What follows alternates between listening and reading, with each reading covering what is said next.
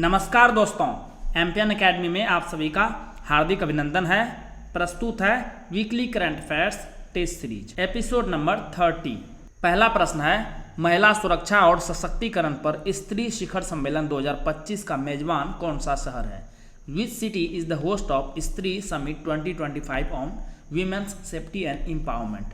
The right answer is option number A, Hyderabad. Hyderabad city security council ने महिलाओं को सुरक्षा और संरक्षा में सशक्त बनाने के लिए स्त्री यानी सुरक्षा, प्रशिक्षण, सम्मान, सशक्तिकरण और समानता शिखर सम्मेलन के दूसरे संस्करण की मेजबानी की। शिखर सम्मेलन का उद्देश्य महिलाओं के सामने आने वाली प्रमुख सुरक्षा चुनौतियों से निपटना और सम्मान, समानता और सशक्तिकरण की संस्कृति को बढ़ावा देना है। राष्ट्रपति द्रौपदी मुर्मू को किस राजधानी शहर में सिटी की ऑफ ऑनर से सम्मानित किया गया? In which capital city was president Droupadi Murmu honoured with the city key of honour? The right answer is option number B, Lisbon. पुर्तगाल की राजकीय यात्रा के दौरान राष्ट्रपति द्रौपदी मुर्मू को लिस्बन में शहर के सर्वोच्च सम्मान सिटी की ऑफ ऑनर से सम्मानित किया गया। यह पुरस्कार ऐतिहासिक कैमारा म्यूनिसिपल डे लिस्बोआ यानी सिटी हॉल में एक भव्य समारोह में प्रदान किया गया। लिस्बन के मेयर कार्लोस मोएदास ने इन्हें मानद नागरिक के रूप में मान्यता देते हुए शहर की प्रतीकात्मक चाबी सौंपी। 2025 में भारत पुर्तगाल राजनयिक संबंधों की 50वीं वर्षगांठ है। पहली बार हिमालयी उच्च ऊंचाई वायुमंडलीय एवं जलवायु केंद्र कहाँ लॉन्च किया गया? Where was the first ever Himalayan high altitude atmospheric and climate centre launched? The right answer is option number A, Udhampur, Jammu और कश्मीर। केंद्रीय मंत्री जितेंद्र सिंह ने जम्मू कश्मीर के उधमपुर जिले के चेनानी के नाथा टॉप में पहले हिमालयी उच्च ऊंचाई वायुमंडलीय और जलवायु केंद्र का शुभारंभ किया। यह नया केंद्र हिमालयी क्षेत्र के लिए सटीक जलवायु और मौसम पूर्वानुमान प्रदान करेगा। यह क्षेत्र की अद्वितीय उच्च ऊंचाई वाली मौसम स्थितियों के अनुसंधान और अध्ययन पर भी ध्यान केंद्रित करेगा।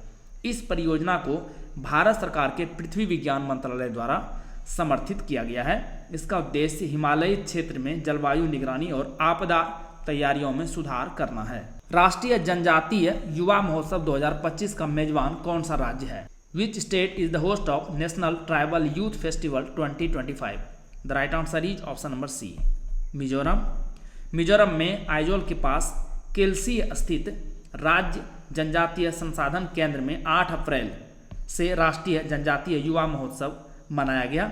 यह 4 दिवसीय महोत्सव आदिवासी स्वतंत्रता सेनानी बिरसा मुंडा की 150वीं जयंती के उपलक्ष्य में आयोजित किया जाता है। इस महोत्सव का उद्देश्य आदिवासी नायकों का सम्मान करना और युवाओं तथा आम जनता में देशभक्ति की भावना जगाना है। पेयजल एवं स्वच्छता विभाग द्वारा मनाए जा रहे पोषण पखवाड़ा 2025 का विषय क्या है? What is the theme of पोषण पखवाड़ा 2025 being observed by the Department of Drinking Water and Sanitation? The right answer is option number C, शुद्ध जल और स्वच्छता से स्वस्थ बचपन। भारत सरकार ने 8 अप्रैल को पूरे देश में पोषण पखवाड़ा का 7वां संस्करण शुरू किया। पोषण पखवाड़ा के इस संस्करण की अवधि 8 से 22 अप्रैल तक है। पोषण पखवाड़ा के 7वें संस्करण का औपचारिक शुभारंभ केंद्रीय महिला एवं बाल विकास राज्य मंत्री सावित्री ठाकुर ने नई दिल्ली में एक समारोह में किया। पोषण पखवाड़ा केंद्र सरकार के पोषण अभियान कार्यक्रम का हिस्सा है, जो गर्भवती महिलाओं, स्तनपान कराने वाली माताओं, किशोरियों और 6 साल से कम उम्र के बच्चों में कुपोषण को दूर करने के लिए जन जागरूकता बढ़ाने और सामुदायिक भागीदारी को बढ़ावा देने पर केंद्रित है। इसका थीम है शुद्ध जल और स्वच्छता से स्वस्थ बचपन और टैगलाइन क्या है? पूर्ण पोषण की शुरुआत शुद्ध जल और स्वच्छता के साथ, जो बाल स्वास्थ्य और पोषण में स्वच्छ पानी की भूमिका पर जोर देती है। यदि आपको 71वीं बीपीएससी प्रीलिम्स एग्जाम के लिए करंट अफेयर्स का पीडीएफ चाहिए तो यहाँ पर जानकारी दी जा रही है। लेकिन आइए सबसे पहले जानते हैं कि एमपीएन एकेडमी ऐप ही क्यों, क्योंकि हमने करके दिखाया है।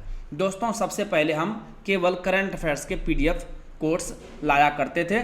इसमें ऑन एन एवरेज 30 क्वेश्चंस पर एग्जाम में टैली हुआ है। उसके बाद हमने अगले फेज में diamond static GK test series launch किया और टैली प्रश्नों की संख्या लगभग कितनी हो गई है? 46। उसके बाद पिछले साल हमने डायमंड स्टैटिक जीके नोट्स और एनसीईआरटी टेस्ट सीरीज लॉन्च किया था और टैली प्रश्नों की संख्या बढ़ के हो गई 90। तो आप देख सकते हैं 5 years 7 exams, consistency at its best, and that's MPN academy for you. इस बार हमने टैली का टारगेट रखा है 120, क्योंकि इस बार एक नया कोर्स लॉन्च हुआ है चैप्टर वाइज एमसीक्यूज, साथ में बीपीएससी पीवाईक्यूज। साल भर के करंट अफेयर्स को आप सिस्टमेटिक तरीके से केवल 18 घंटे में रिवाइज कर सकते हैं। कैसे? वीकली करंट एमसीक्यूज, इसमें आपको नेशनल और इंटरनेशनल का 50 पीडीएफ मिलेगा। एक पीडीएफ को रिवाइज करने में 6 मिनट का समय लगेगा, तो कुल 5 घंटे में इसे आप रिवाइज कर पाएंगे। Monthly current affair short notes है, नेशनल और इंटरनेशनल वर्जन का 12 पीडीएफ मिलेगा। एक पीडीएफ को रिवाइज करने में 30 मिनट, तो कुल 6 घंटे में इसे रिवाइज कर पाएंगे। और Bihar monthly current affairs MCQs और शॉर्ट नोट्स 14 पीडीएफ कुल मिलेंगे। एक पीडीएफ को रिवाइज करने में 30 मिनट, तो कुल 7 घंटे में इसे कंप्लीट कर देंगे। तो इस प्रकार से 18 घंटे में साल भर का कंटेंट आप एक बार में रिवाइज कर सकते हैं। Diamond static GK test series updated version है ये, अल्ट्रा इंपॉर्टेंट 2500 एमसीक्यूज मिलेंगे एक्सप्लेनेशन के साथ। ऐप बेस्ड 25 सेट है, एक सेट में 100 क्वेश्चंस रहेंगे। ये आपको diamond static GK notes course के साथ प्रोवाइड किया जा रहा है। डायमंड स्टैटिक जीके नोट्स में सब्जेक्ट वाइज पीडीएफ नोट्स मिलेंगे। एनसीईआरटी और स्टैंडर्ड बुक्स का यह निचोड़ है, फैक्ट्स और कंसेप्ट के साथ। इसमें आपको diagram, flow chart, pictures, tables और वन लाइनर्स मिलेंगे। कम समय में फास्ट रिवीजन आप इससे कर सकते हैं। एनसीईआरटी टेस्ट सीरीज, इसमें आपको class wise subject wise MCQs मिलेंगे। ऐप बेस्ड 100 एमसीक्यूज का 37 प्रश्नावली है, 33% नेगेटिव मार्क के साथ। इसमें आपको सभी विषय के एमसीक्यूज मिलेंगे। चैप्टर वाइज एमसीक्यूज और बीपीएससी पीवाईक्यूज का कंबाइंड कोर्स है डिस्क्रिप्शन के साथ। इसमें आपको 2 कोर्सेज मिलेंगे, chapter wise MCQs, app based real time test है, और साथ में BPSC previous year question paper PDF के रूप में 39वीं से लेकर 70वीं बीपीएससी के क्वेश्चंस आपको मिलेंगे डिस्क्रिप्शन के साथ। आपको ये पीडीएफ नोट्स और टेस्ट सीरीज मिलेगा कैसे? गूगल प्ले स्टोर पर टाइप कीजिए एमपीएन अकेडमी, वहाँ पर इस प्रकार का लोगो दिख जाएगा। ऐप को इंस्टॉल कीजिए, ओटीपी के साथ लॉगिन कीजिए और स्टोर सेक्शन में जाइए। वहाँ पर आपको 4 प्रकार के कोर्स मिलेंगे, डायमंड स्टैटिक जीके नोट्स और टेस्ट सीरीज एक साथ में, current affairs PDF, NCERT test series, और फिर चौथा chapter wise MCQs plus BPSC PYQs. Course पर क्लिक कीजिए, उसके बाद नीचे चले जाइए, आई एम इंटरेस्टेड पर क्लिक कीजिए। आपको मैसेज और व्हाट्सएप पर पेमेंट का लिंक मिल जाएगा। शुल्क का भुगतान करें और कोर्स कंटेंट आपको एमपीएन अकेडमी ऐप पर मिल जाएगा। दोस्तों, ये सभी कोर्स आपको हिंदी और इंग्लिश दोनों भाषाओं में अलग अलग ऐप पर उपलब्ध है। ऐप का लिंक आपको इस वीडियो के डिस्क्रिप्शन और पिंड कमेंट सेक्शन में भी मिल जाएगा, तो ध्यान से लैंग्वेज सेलेक्ट कीजिएगा। वैश्विक प्रौद्योगिकी शिखर सम्मेलन GTS 2025 कहाँ आयोजित किया गया? Where was the global technology summit 2025 held? The right answer is option number A, New Delhi. 9वें वैश्विक प्रौद्योगिकी शिखर सम्मेलन का उद्घाटन 10 अप्रैल को विदेश मंत्री डॉक्टर एस जयशंकर ने नई दिल्ली में किया। यह 3 दिवसीय कार्यक्रम था और भू प्रौद्योगिकी पर चर्चा करने के लिए भारत का यह एक प्रमुख मंच है। वैश्विक प्रौद्योगिकी शिखर सम्मेलन भारत और अन्य देशों के सरकारी, उद्योग, शिक्षाविदों और नागरिक समाज के नेताओं को एक साथ लाता है। ये चर्चा करते हैं कि प्रौद्योगिकी कैसे बदल रही है और यह वैश्विक राजनीति को कैसे प्रभावित करती है। शिखर सम्मेलन का उद्देश्य एक साझा दृष्टिकोण बनाना है जो सभी की चिंताओं को संबोधित करते हुए नवाचार का समर्थन करता है। इस संस्करण का विषय क्या था? संभावना। T20 क्रिकेट में 13,000 रन बनाने वाले पहले भारतीय क्रिकेटर कौन बन गए हैं? Who has become the first Indian cricketer to score 13,000 runs in T20 cricket? The right answer is option number B, Virat Kohli. 7 अप्रैल को मुंबई के वानखेड़े स्टेडियम में रॉयल चैलेंजर्स बेंगलोर और मुंबई इंडियंस के बीच IPL 2025 के दौरान विराट कोहली 13,000 T20 रन के मील के पत्थर तक पहुंच गए। वह यह उपलब्धि हासिल करने वाले पहले भारतीय क्रिकेटर हैं। पद्मश्री राम सहाय पांडे जिनका निधन हो गया है, किस पारंपरिक लोक नृत्य से जुड़े थे? Padma Shri Ram Sahay Pandey who passed away was associated with which traditional folk dance? The right answer is option number C, Rai. इनका निधन मध्य प्रदेश के सागर जिले में हुआ। इन्होंने राई नृत्य को 24 देशों में पहचान दिलाई और बुंदेलखंडी लोक नृत्य नाट्य कला परिषद की स्थापना की। वर्ष 2022 में इन्हें पद्मश्री से सम्मानित किया गया। इनके अलावा वर्ष 1980 में इन्हें नृत्य शिरोमणि की उपाधि से भी सम्मानित किया जा चुका है। राई नृत्य बुंदेलखंड का सबसे प्रसिद्ध नृत्य है।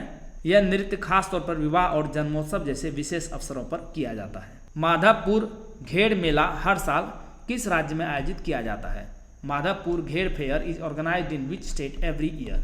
The right answer is option number C, Gujarat में। गुजरात के पोरबंदर जिले के माधवपुर में आयोजित 5 दिवसीय माधवपुर घेर मेला द्वारिकाधीश श्री कृष्ण और रुक्मणी जी के दिव्य मिलन का उत्सव है। यह प्रधानमंत्री द्वारा शुरू किए गए एक भारत श्रेष्ठ भारत के दृष्टिकोण के तहत पश्चिमी और पूर्वोत्तर भारत के बीच सांस्कृतिक एकता को बढ़ावा देता है। पंचायती राज मंत्रालय द्वारा जारी पंचायत उन्नति सूचकांक PAI क्या मूल्यांकन करता है? What does the panchayat Unnati index PAI launched by the ministry of Panchayati Raj evaluate? The right answer is option number C, ग्राम पंचायतों की प्रगति यानी progress of gram panchayat. News में क्यों है? पंचायती राज मंत्रालय ने पहली बार पंचायत उन्नति सूचकांक लॉन्च किया है, जिससे देश भर में 2.5 लाख से ज़्यादा ग्राम पंचायतों की प्रगति को मापने के लिए एक व्यापक उपकरण के रूप में डिजाइन किया गया है। यह सूचकांक 9 स्थानीय सतत विकास लक्ष्यों के साथ संरेखित है, जिसका उद्देश्य जमीनी स्तर पर सुशासन को मजबूत करना और सतत ग्रामीण विकास को बढ़ावा देना है। गुजरात 346 अग्रणी ग्राम पंचायतों के साथ सबसे आगे है। इसके बाद तेलंगाना 270 के साथ दूसरे स्थान पर है। DFDR और CVR से सुसज्जित अत्याधुनिक ब्लैक बॉक्स लैब का उद्घाटन किस शहर में किया गया? In which city was the state of the art black box lab equipped with DFDR and CVR inaugurated? The right answer is option number D, New Delhi में। केंद्रीय नागरिक उड्डयन मंत्री राम मोहन नायडू ने नई दिल्ली में विमान दुर्घटना जांच ब्यूरो में डिजिटल फ्लाइट डेटा रिकॉर्डर यानी DFDR और कॉकपिट वॉयस रिकॉर्डर यानी CVR से सुसज्जित इस नए उन्नत प्रयोगशाला का उद्घाटन किया। इसे आमतौर पर ब्लैक बॉक्स लैब के रूप में जाना जाता है। इसका उद्देश्य विमान दुर्घटना जांच के लिए महत्वपूर्ण उपकरण प्रदान करके विमानन सुरक्षा को बढ़ाना है। हितेश गुलिया ने ब्राजील में विश्व मुक्केबाजी कप 2025 में कौन सा पदक जीता? Hitesh Gulia one which medal at the world boxing cup 2025 in Brazil? The right answer is option number A, gold medal. Bharat के हितेश गुलिया ने ब्राजील के फोज डू इगुआकू में आयोजित विश्व मुक्केबाजी कप 2025 में पुरुषों के 70 किलोग्राम वर्ग में स्वर्ण पदक जीता। इन्होंने रेड कॉर्नर में मुकाबला किया और फाइनल मैच में इंग्लैंड के ओडेल कामारा को हराया। भारतीय मुक्केबाज अविनाश जामवाल ने पुरुषों के 65 किलोग्राम वर्ग में ब्राजील के यूरी रीस से 0-5 के स्कोर से हारने के बाद रजत पदक हासिल किया। इससे पहले मनीष राठौर ने पुरुषों के 55 किलोग्राम वर्ग में कांस्य पदक जीता, जिससे अंतर्राष्ट्रीय टूर्नामेंट में भारत की पदक तालिका में इजाफा हुआ। एम्पियन अकेडमी का टेलीग्राम पेज अवश्य ज्वाइन करें। सर्च कीजिए एम्पियन अकेडमी, इस प्रकार से लोगो दिखेगा, ज्वाइन कर लीजिए। क्या क्या मिलेगा आपको? वहाँ पर BPSC परीक्षा से संबंधित अपडेटेड न्यूज आपको मिलेगी। BPSC प्रीलिम्स एग्जाम का स्पेशल डेली क्विज आयोजित किया जाता है सुबह और शाम, वो आपको मिलेगा। टेस्ट सीरीज जो ऐप पोर्टल पर है उसका शेड्यूल मिलेगा और एम्पियन अकेडमी ऐप कोर्सेस और यूट्यूब वीडियो के अपडेट्स भी आपको यहाँ पर मिल जाएंगे। तो इस पेज को अवश्य ही ज्वाइन कीजिए। भारत और चिली के बीच स्टार्टअप और SME क्षेत्रों में बढ़ावा देने के लिए किन संस्थानों के बीच समझौता ज्ञापन पर हस्ताक्षर किए गए हैं? MOU was signed between which institutions to enhance cooperation in the startup and SME sector between India and Chile? The right answer is option number C, India SME forum और प्रो चिली। चिली के राष्ट्रपति Gabriel boric की भारत की आधिकारिक यात्रा के दौरान startup और SME क्षेत्रों में सहयोग को बढ़ावा देने के लिए कई समझौतों पर हस्ताक्षर किए गए। बेंगलुरु में इंडिया SME फोरम और चिली की निर्यात संवर्धन एजेंसी प्रो चिली के बीच एक महत्वपूर्ण समझौता ज्ञापन पर हस्ताक्षर किए गए। इस यात्रा ने भारत और चिली के बीच राजनयिक संबंधों के 76 साल पूरे होने का भी प्रतीक चिन्ह मनाया। इस राज्य के रयंडिया रेशम और खासी हथकरघा उत्पादों को GI टैग प्राप्त हुआ है। विच स्टेट्स रयंडिया सिल्क एंड खासी handloom products received the GI tag? The right answer is option number D, Meghalaya. Bharat सरकार ने मेघालय के रियंडिया सिल्क और खासी हैंडलूम को भौगोलिक संकेत यानी GI टैग प्रदान किए, जिससे इनकी सांस्कृतिक पहचान, कानूनी सुरक्षा और बाजार पहुंच को बढ़ावा मिला है। रियंडिया सिल्क हाथ से काता जाता है, प्राकृतिक रूप से रंगा जाता है और जैविक रूप से बनाया जाता है, जो मेघालय के पहले एरी सिल्क गांव उमदैन दिवोन से जुड़ा है। खासी हैंडलूम प्राकृतिक रंगों का उपयोग करके खासी समुदाय की समृद्ध बुनाई परंपरा को दर्शाता है। आईपीएल इतिहास में किसी भारतीय द्वारा सर्वोच्च व्यक्तिगत स्कोर का रिकॉर्ड किसके नाम है? Who holds the record for the highest individual score bye an Indian in IPL history? The right answer is option number D, Abhishek Sharma. Sunrisers Hyderabad SRH के युवा बल्लेबाज अभिषेक शर्मा ने किसी भारतीय द्वारा सर्वोच्च व्यक्तिगत स्कोर का नया आईपीएल रिकॉर्ड बनाया। इन्होंने पंजाब किंग्स के खिलाफ सिर्फ 55 गेंदों पर 141 रन बनाए और केएल राहुल के 132 रनों के पिछले रिकॉर्ड को पीछे छोड़ दिया। इनकी धमाकेदार पारी में 10 छक्के और 14 चौके शामिल थे। प्रधानमंत्री नरेंद्र मोदी ने किस राज्य में महाराजा अग्रसेन हवाई अड्डे पर नए टर्मिनल भवन की आधारशिला रखी? PM Modi laid the foundation stone for a new terminal building at Maharaja Agrasen airport in which state? The right answer is option number D, Haryana. प्रधानमंत्री ने हरियाणा के हिसार में महाराजा अग्रसेन एयरपोर्ट पर 410 करोड़ रुपए से भी ज़्यादा की लागत से बनने वाले नए टर्मिनल भवन की आधारशिला रखी। इन्होंने एयरपोर्ट से अयोध्या के लिए पहली उड़ान को भी हरी झंडी दिखाई। यह विकास पूरे भारत में विमानन, बुनियादी ढांचे और कनेक्टिविटी को बढ़ाने के सरकार के व्यापक प्रयास का हिस्सा है। टर्मिनल परियोजना में एक आधुनिक यात्री टर्मिनल, एक कार्गो सुविधा और एक हवाई यातायात नियंत्रण भवन शामिल है। PSLV orbital experimental module 4 POEM 4 किस अंतरिक्ष संगठन द्वारा विकसित एक अंतरिक्ष अनुसंधान प्लेटफॉर्म है? PSLV orbital experimental module 4 POEM 4 is a space research platform developed by which space organisation? The right answer is option number B, ISRO. ने हाल ही में पृथ्वी के वायुमंडल में फिर से प्रवेश किया और हिंद महासागर में गिर गया और इसे इसरो के S40M द्वारा ट्रैक किया गया। यह इसरो द्वारा विकसित एक अंतरिक्ष अनुसंधान प्लेटफॉर्म है जो PSLV यानी ध्रुवीय उपग्रह प्रक्षेपण यान रॉकेट में खर्च किए गए चौथे चरण यानी PS4 का उपयोग एक परिक्रमा प्रयोगशाला के रूप में करता है। पोयम 4 स्पारडेक्स मिशन का हिस्सा है और पोयम 3 के बाद पोयम श्रृंखला में चौथा है। BM-04 एक छोटी दूरी की बैलिस्टिक मिसाइल किस संगठन द्वारा विकसित की गई है? The BM-4 is a short range ballistic missile developed by which organisation? The right answer is option number C, DRDO।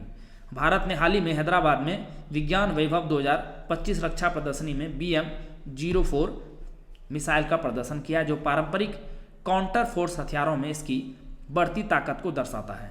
यह एक छोटी दूरी की बैलिस्टिक मिसाइल है जिसे रक्षा अनुसंधान और विकास संगठन DRDO द्वारा विकसित किया गया है। यह 10.2 मीटर लंबी, 1.2 मीटर व्यास की है। इसका वजन 11,500 किलोग्राम है और यह 500 किलोग्राम का पारंपरिक वारहेड ले जा सकती है। 1500 किलोमीटर की रेंज और 30 मीटर सर्कुलर एरर प्रोबेबिलिटी के साथ यह 2 चरणीय ठोस ईंधन प्रणाली का उपयोग करती है। राफेल एम मरीन लड़ाकू जेट किस देश से प्राप्त किए गए हैं? Rafale M marine fighter jets have been acquired from which country? The right answer is option number D, France. प्रधानमंत्री की अध्यक्षता में cabinet committee on security CCS ने भारतीय नौसेना के लिए फ्रांस से 26 राफेल एम फाइटर जेट खरीदने के लिए 63,000 करोड़ रुपए के सौदे को मंजूरी दी है। इससे पहले भारत ने 2007 में medium multi role combat aircraft MMRCA tender के तहत 126 जेट खरीदने की योजना बनाई थी, लेकिन इसे 2015 में रद्द कर दिया गया था। 2016 के सौदे में भारतीय वायुसेना के लिए 36 राफेल जेट आए जो 2019 से 2022 तक वितरित किए गए। नए सौदे में एयरक्राफ्ट कैरियर के लिए 22 Rafale M single seater jet और अभ्यास के लिए 4 ट्विन सीटर ट्रेनर शामिल है। ये जेट INS विक्रमादित्य और INS विक्रांत से उड़ान भरेंगे। राफेल डसॉल्ट एविएशन द्वारा बनाया गया 4.5 पीरी का twin engine delta wing multi role fighter है। यह किस राज्य सरकार ने डॉक्टर भीमराव अंबेडकर अभ्यारण्य नाम से एक नया वन्यजीव अभ्यारण्य घोषित किया है? Which state government has declared a new wild life sanctuary named doctor Bhimrao Ambedkar अभ्यारण्य? The right answer is option number A, Madhya Pradesh. Madhya Pradesh सरकार ने 14 अप्रैल को डॉक्टर भीमराव अंबेडकर की 134वीं जयंती से पहले सागर जिले में 258 वर्ग किलोमीटर के जंगल को डॉक्टर भीमराव अंबेडकर अभ्यारण्य नाम से वन्यजीव अभ्यारण्य घोषित किया। यह अभ्यारण्य बांदा और सागर वन क्षेत्रों सहित उत्तरी सागर वन प्रभाग में फैला हुआ है। यह मध्य प्रदेश में 25वां वन्यजीव अभ्यारण्य है जो अपने समृद्ध बाघ अभ्यारण्यों के लिए जाना जाता है। किस संगठन ने गौरव नामक long range glide bomb launch किया? Which organisation has launched long range glide bomb named Gaurav? The right answer is option number C, DRDO। DRDO ने इस लॉन्ग रेंज ग्लाइड बम का सफल परीक्षण किया। गौरव 1000 किलोग्राम वजनी बम है जिसे हैदराबाद में DRDO के रिसर्च सेंटर इमारत RCI द्वारा स्वदेशी रूप से विकसित किया गया है। यह बिना इंजन वाला ग्लाइड बम है जिसे ऊंची उड़ान भरने वाले विमान से छोड़े जाने के बाद पंखों और गति का उपयोग करके लंबी दूरी तय करने के लिए डिजाइन किया गया है। यह विमान को दुश्मन के रडार और वायु रक्षा सीमा से बाहर रखते हुए सुरक्षित और सटीक हमले करने की अनुमति देता है। इस परियोजना में Adani defence systems, Bharat forge और विभिन्न सूक्ष्म, लघु और मध्यम उद्यमों जैसे निजी फर्मों के साथ सहयोग किया गया। केंद्रीय प्रदूषण नियंत्रण बोर्ड CPCB ने अपनी उद्योग वर्गीकरण प्रणाली में संशोधन किया है। निम्नलिखित में से कौन सा सिस्टम में जोड़ी गई नई ब्लू कैटेगरी का सबसे अच्छा वर्णन करता है? The central pollution central board CPCB has revised its industry classification system. Which of the following best describes the new blue category added to the system? The right answer is option number A. यह अवशिष्ट प्रबंधन और जैव खनन जैसी आवश्यक पर्यावरणीय सेवाएं प्रदान करने वाले उद्योगों के लिए बनाया गया है। इसका उद्देश्य अपशिष्ट प्रबंधन और बायोमाइनिंग जैसे क्षेत्रों को प्रोत्साहित करना है। हाल ही में खबरों में रहा माउंट कल्लाओन किस देश में स्थित है? Mount Kanlaon recently in the news is located in which country? The right answer is option number D, Philippines. चर्चा में क्यों है? फिलीपींस के सबसे सक्रिय ज्वालामुखियों में से एक माउंट कल्लाओल हाल ही में फटा जिससे राख का गुबार आसमान में 4000 मीटर तक फैल गया। यह स्ट्रेटो ज्वालामुखी निग्रोस द्वीप के उत्तर मध्य भाग में स्थित है और देश के सक्रिय ज्वालामुखी क्षेत्रों की एक प्रमुख विशेषता है। यह प्रशांत रिंग ऑफ फायर का हिस्सा है जो अपनी तीव्र भूगर्भीय गतिविधि के लिए जाना जाता है। अभ्यास इंद्र 2025 के बारे में निम्नलिखित में से कौन सा कथन सही है? Which of the following statement about exercise Indra are correct? यह भारत और रूस के बीच संयुक्त सैन्य अभ्यास है। नहीं, यह ज्वाइंट मिलिट्री एक्सरसाइज नहीं है बल्कि यह द्विपक्षीय नौसैनिक अभ्यास है। इसकी शुरुआत मॉस्को में हुई है, गलत। इसकी शुरुआत चेन्नई में हुई है, 14वां संस्करण आयोजित किया गया। इसका उद्देश्य समुद्री खतरों का मुकाबला करना, वैश्विक शांति और स्थिरता को बढ़ावा देना तथा संयुक्त अभियानों को मजबूत करना है। यह सही है। तो तीसरा स्टेटमेंट सही है। तो कौन सा सही जवाब होगा? ऑप्शन नंबर ए, केवल तीसरा स्टेटमेंट सही है। रोंगाली बिहू नामक त्यौहार निम्नलिखित में से किस राज्य में मनाया जाता है? The festival called Rongali Bihu is celebrated in which of the following state? The right answer is option number B, Assam. Rongali Bihu जिसे बोहाग बिहू के नाम से भी जाना जाता है अप्रैल 2025 के मध्य में पूरे असम में मनाया जाता है, जो असमिया नववर्ष और कृषि मौसम की शुरुआत का प्रतीक है। यह जीवंत त्यौहार न केवल वसंत और फसल का उत्सव है बल्कि असमिया पहचान, संस्कृति और सामुदायिक भावना की पुष्टि भी करता है। अंतर्राष्ट्रीय अपराध न्यायालय से हटने वाला पहला यूरोपीय देश कौन सा बन गया है? Which has become the first European country to withdraw from the International Criminal Court? The right answer is option number D, Hungary. Hungary के प्रधानमंत्री विक्टर ओरबान ने घोषणा की कि इनका देश अंतर्राष्ट्रीय आपराधिक न्यायालय से अलग हो रहा है। हंगरी अंतर्राष्ट्रीय आपराधिक न्यायालय से अलग होने वाला पहला यूरोपीय देश बना जिसकी स्थापना 2002 में हुई थी। भारत, रूस, संयुक्त राज्य अमेरिका, चीन, यूक्रेन और इजराइल कुछ प्रमुख देश हैं जो ICC के सदस्य नहीं हैं। मुख्यालय कहाँ है इसका? The Hague, Netherlands. युवा एथलीटों के लिए खेल छात्रवृत्ति पहल किसने शुरू की है? Who launched the sports scholarship initiative for young athletes? The right answer is option number C, BPCL। Bharat Petroleum Corporation Limited BPCL ने BPCL स्पोर्ट्स स्कॉलरशिप पहल शुरू की है जिसका उद्देश्य भारत भर में युवा खेल प्रतिभाओं की पहचान करना और इन्हें बढ़ावा देना है। यह छात्रवृत्ति एथलेटिक्स, बैडमिंटन, क्रिकेट, हॉकी, शतरंज, टेनिस और अन्य सहित कई खेलों में 13 से 25 वर्ष की आयु के भारतीय एथलीटों के लिए खुली है। निम्नलिखित में से किस देश में अंतर्राष्ट्रीय निशानेबाजी खेल महासंघ विश्व कप 2025 शुरू किया गया? In which of the following country the international shooting sport federation world cup 2025 was started? The right answer is option number A, Argentina. इस सीजन का पहला international shooting sports federation rifle, pistol और shotgun विश्व cup Argentina के Buenos Aires में शुरू हुआ। भारत को international shooting sports federation junior विश्व कप राइफल, पिस्टल, शॉटगन 2025 का मेजबान देश घोषित किया गया है। अंतर्राष्ट्रीय सौर गठबंधन के साथ देश साझेदारी ढांचे पर हस्ताक्षर करने वाला पहला अफ्रीकी देश कौन सा बन गया है? Which has become the first African country to sign a country partnership framework with the International Solar Alliance? The right answer is option number C, Mauritius. Mauritius ISA के देश भागीदार ढांचे यानी CPF पर हस्ताक्षर करने वाला पहला अफ्रीकी देश बना है। यह बांग्लादेश, भूटान और क्यूबा के बाद CPF पर हस्ताक्षर करने वाला विश्व का चौथा देश भी है। ISA यानी अंतर्राष्ट्रीय सौर गठबंधन एक संधि आधारित अंतर सरकारी संगठन है जिसका उद्देश्य ऊर्जा पहुंच और जलवायु परिवर्तन के लिए एक स्थायी समाधान के रूप में सौर ऊर्जा को बढ़ावा देना है। मुख्यालय कहाँ है इसका? गुरुग्राम, हरियाणा। दोस्तों, जैसा कि बताया गया है, इस वीडियो लेक्चर का PDF आपको हिंदी और इंग्लिश दोनों भाषाओं में अलग अलग फुल डिस्क्रिप्शन के साथ एम्पियन एकेडमी ऐप पर प्राप्त होगा। दोस्तों, आप इन PDF के सहारे इस वीडियो लेक्चर को आसानी से लगभग 5 मिनट में रिवाइज कर पाएंगे, जिससे आपका बहुत सारा समय बचेगा, जिससे आप स्टैटिक पोर्शन पर खर्च कर सकते हैं और अपने टाइम को बेटर मैनेज कर सकते हैं।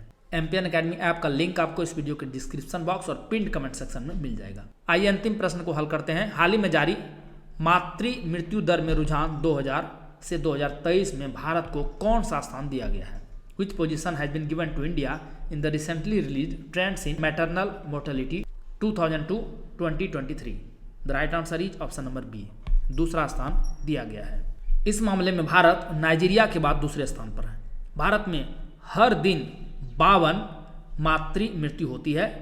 2000 से 2023 के बीच भारत में हालांकि इस दर में 40% की कमी आई है, लेकिन फिर भी 2023 में भारत में 19,000 मातृ मृत्यु की सूचना मिली है। दोस्तों, इसी के साथ साप्ताहिक करंट अफेयर्स टेस्ट सीरीज के इस संस्करण को समाप्त करने की आपसे इजाजत चाहूँगा। वीडियो देखने के लिए बहुत बहुत धन्यवाद। Thank you very much. जल्द मिलते हैं अगले वीडियो में। All the best for your exam preparation.